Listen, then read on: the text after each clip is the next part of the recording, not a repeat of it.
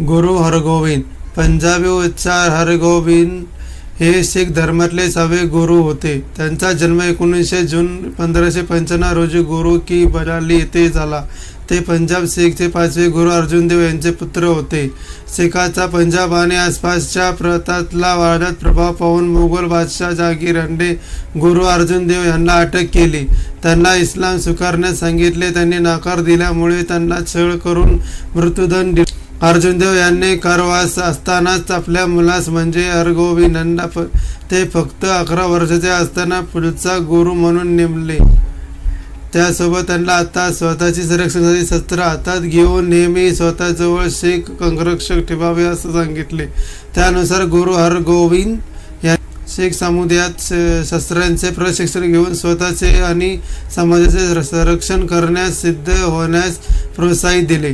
त्यांनी स्वतः 2 तलवारी धारण केल्या। या मेरी आणि पेरी शक्तीचे प्रतीक होत्या। मेर आणि पेर या शब्दावरून हे शब्द आले। मेरी म्हणजे भौतिक जगातली शक्ती, पेरी म्हणजे आध्यात्मिक जगातील शक्ती। या 2 तलवारी प्रतीकात्मक होत्या। त्यांच्या आणि भौतिक आणि आध्यात्मिक अशा दोन्ही प्रकारे सामर्थ्य मिळवावे असा त्यांचा संदेश होता। त्याने अमृतसराच्या हरे मंदिर साहिब गुरुद्वारासमोर अकाल तख्तची स्थापना केली। ते बसून ते न्याय निवाडे करायचे, लोकांचे प्रश्न सोडवायचे। जहांगीरांचे त्यांना सुद्धा अटक करून काही वर्ष तुरुंगात ठेवले होते। त्यांना अटक करण्यासाठी गुरु अर्जुन देवाचे पकडले तेव्हा त्यांना केलेला दंड त्यांनी भरलाच नाही असा बहाणा केला होता, पण नंतर मात्र त्यांची सुटका झाली।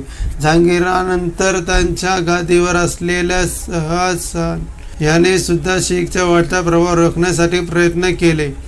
त्यासाठी त्यांना गुरूंना मारण्याऐवजी शीख समाजात फूट पाडण्याचा प्रयत्न केला।